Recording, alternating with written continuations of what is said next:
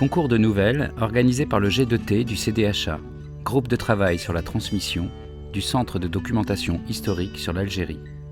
Concours 2022, thème « Objets déplacés ».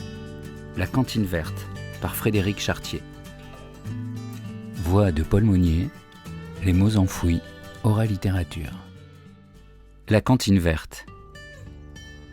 Il y a une petite annexe à la maison dans laquelle je vis. On y range, plutôt mal, les outils, des bottes de toute taille et un bon nombre de pots de peinture entamés que l'on jettera, mais pas tout de suite. Au fond, près d'une fenêtre, il y a une vieille cantine, métallique, verte. Je crois que c'est le plus grand modèle possible de cantine. Sa couleur d'origine devait être brique, comme l'est resté l'intérieur. L'extérieur a été repeint il y a longtemps, d'un verre-bouteille qui s'est un peu écaillé, mais les fortes rainures du modèle l'ont assez bien préservé des bosses. Une longue tringle vient se glisser dans 2 fermoirs. Au bout, un cadenas peut bloquer l'ouverture. La tringle métallique n'a jamais été perdue, elle est toujours à l'intérieur. Dans cette malle, je place les gros sacs de graines dont je nourris les oiseaux l'hiver. C'est une bonne protection contre les souris. Chaque fois que je l'ouvre, je pense à mon père, et cela est bien.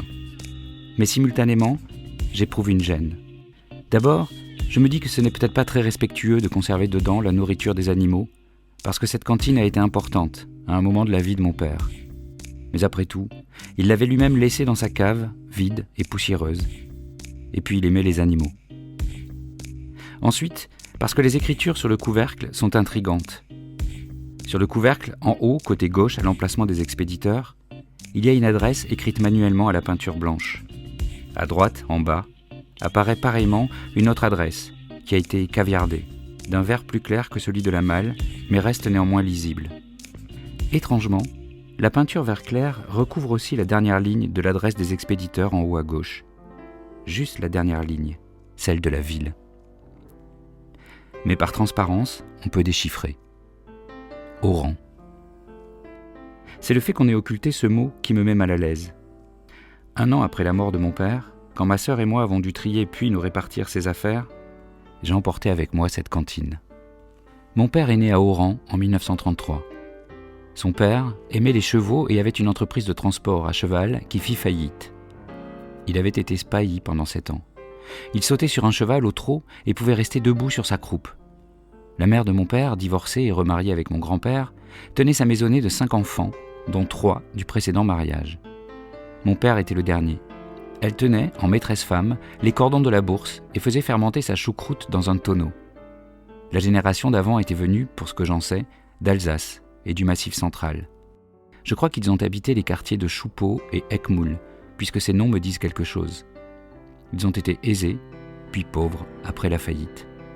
Ils ont possédé une voiture, une maison, beaucoup de chevaux, puis rien. Mon père n'a connu que la période pauvre.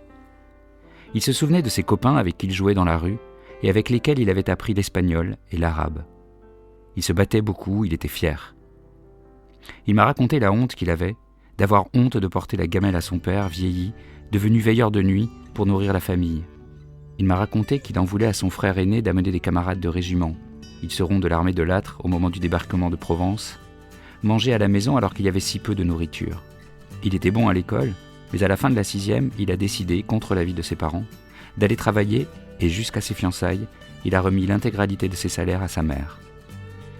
Il a été apprenti, il a fait plusieurs métiers que je ne connais pas. Je sais qu'il est allé vendre des réfrigérateurs dans le bled, qu'on peut s'y risquer à cause des attentats.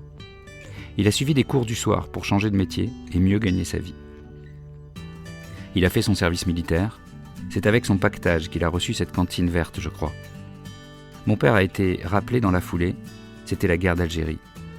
Il a été, entre autres, dans la 207e compagnie rurale. Je sais qu'il a été caporal, un caporal avec 4 hommes. Je sais qu'il échangeait sa ration de cigarettes contre celle de chocolat. Je sais qu'il écrivait des lettres d'amour pour rendre service à d'autres soldats, dont un s'est marié grâce aux lettres de mon père. Je sais qu'il a plusieurs fois fait le mur pour aller voir ma mère à Oran, et en a été puni une fois. J'ai su, 1 an avant sa mort, parce que sa sœur Marie-Jeanne lui a envoyé le document, que le 2 mai 1956, il a été cité à l'ordre de la division militaire d'Oran, parce que mon père, je cite, au mépris du danger immédiat et certain, a relevé en terrain découvert un sous-officier grièvement blessé, donnant l'exemple d'un très grand courage et d'un magnifique sang-froid. Je crois que mon père a décidé, enfant, qu'il ne voulait pas des chemins tout tracés. Plusieurs fois, il a dit non. Non, il ne continuerait pas l'école alors que l'argent manquait à la maison. Non, il ne ferait pas sa communion parce qu'à l'église on disait des âneries. Non, il ne resterait pas à végéter apprenti à l'arsenal. Non, il n'irait pas chercher ses médailles militaires. Non, il n'attendrait pas que l'histoire parle. En janvier 1961, mon père est parti pour Paris. Le lendemain de son arrivée, il avait un travail. Le patron de mon père s'appelait Hanauer et tenait un gros magasin de camping en face du Bataclan. Il avait un matricule tatoué sur le bras. Il a été bien avec mon père. Il l'a embauché pour faire les livraisons, puis lui a confié la vente et même la comptabilité de son affaire. Ça ne serait plus possible aujourd'hui. Un des collègues de mon père lui a sous-loué un petit appartement rue Oberkampf dans le 12e arrondissement. Cela a permis à ma mère d'arriver à Paris avec le bébé de 3 mois que j'étais. Mon père a été surpris parce que, quand elle est descendue de l'avion, j'étais dans les bras du garde du corps du maire d'Oran qui voyageait en même temps qu'elle. La cantine verte arriverait plus tard. Remplie du peu d'affaires que possédaient mes parents, elle avait pris un bateau. En haut à gauche était l'adresse de mes parents à Oran, rue Albert Ier, ou plutôt celle des parents de ma mère qui les hébergeaient. En bas, à droite, l'adresse du vieux collègue de mon père qui lui sous-louait l'appartement. Mon père adorait Paris. En livrant ses marchandises, il en avait vite connu les quartiers et le dimanche, quand il faisait beau, il partait avec ma mère et moi pique-niquer au bois de Vincennes. On leur avait prêté un grand landau qui leur fut vite volé. Après mai 1962, ce fut le branle-bas de combat. Toute la famille est arrivée, presque en même temps. Les frères, les sœurs, leurs jeunes enfants. La mère de mon père présentait des signes de sénilité à Oran, mais le choc du rapatriement avait accéléré les ravages de sa maladie d'Alzheimer. Elle est restée hébétée et est morte peu de temps après. Mon grand-père en fut si triste et anéanti qu'il resta couché sans vouloir ni manger ni se lever pendant une semaine. Il était hébergé avec la sœur de mon père et sa famille dans une salle d'une caserne désaffectée à Versailles. Il n'y avait pas de chauffage, pas de sanitaire, encore moins de cuisine. Il fallait aller pour ça à l'autre bout du bâtiment aux vitres cassées. Mes parents, dans leur nouveau 2 pièces, rue Montgalet, avaient accueilli la mère de ma mère, cancéreuse en phase terminale. Le plus jeune frère de ma mère habitait aussi avec eux. Il passait son bac cette année-là et le réussissait. La cantine verte était là. C'était un élément de mobilier majeur. On y rangeait toute la vaisselle et le réchaud camping-gaz. Recouverte d'une nappe, elle servait de table basse pour les repas. Mon père travaillait dans un magasin de camping et il vivait en campant. Dans les embouteillages de la place de la Bastille, ma tante maternelle abandonnait en pleurs sa voiture immatriculée à Oran parce qu'elle ne supportait plus qu'on tape violemment dessus en vociférant « Sale pied noir !» mot qu'elle ne connaissait d'ailleurs pas. Ma tante paternelle s'entendait dire, alors qu'elle cherchait un logement à Versailles, où son mari avait trouvé un travail, qu'il n'y avait rien ici pour les colons et qu'elle n'avait qu'à retourner d'où elle venait. En juillet 1963, mon père a accepté une proposition professionnelle. On lui confiait la gérance d'un magasin de sport dans une petite ville de l'Est de la France. Il fallait quitter Paris qu'il aimait tant. Ils ont campé sous une tente dans le camping municipal pendant 4 mois de septembre à janvier, en attendant l'appartement qu'ils devaient occuper. Il faisait très froid cet hiver-là. Il neigeait sur la tente. J'avais 2 ans. Je ne sais pas quand on a caviardé le mot « Oran » sur le couvercle de la cantine verte, ni qui l'a fait. Ma mère est morte, mon père est mort, je ne le saurai jamais. Mais j'imagine que c'est pour ce déménagement depuis la rue Montgalet à Paris, vers la petite ville de province, que mon père a recouvert le nom de sa ville d'origine à la peinture verte. J'imagine qu'il ne voulait pas que les déménageurs le lisent. J'imagine qu'il ne voulait pas que, dans cette petite ville où il allait désormais vivre jusqu'à sa mort, on sache d'où il venait. J'imagine que dans cette petite ville, avec ses préjugés et ses ragots, et où il allait être commerçant, il voulait ne pas laisser prise à l'hostilité.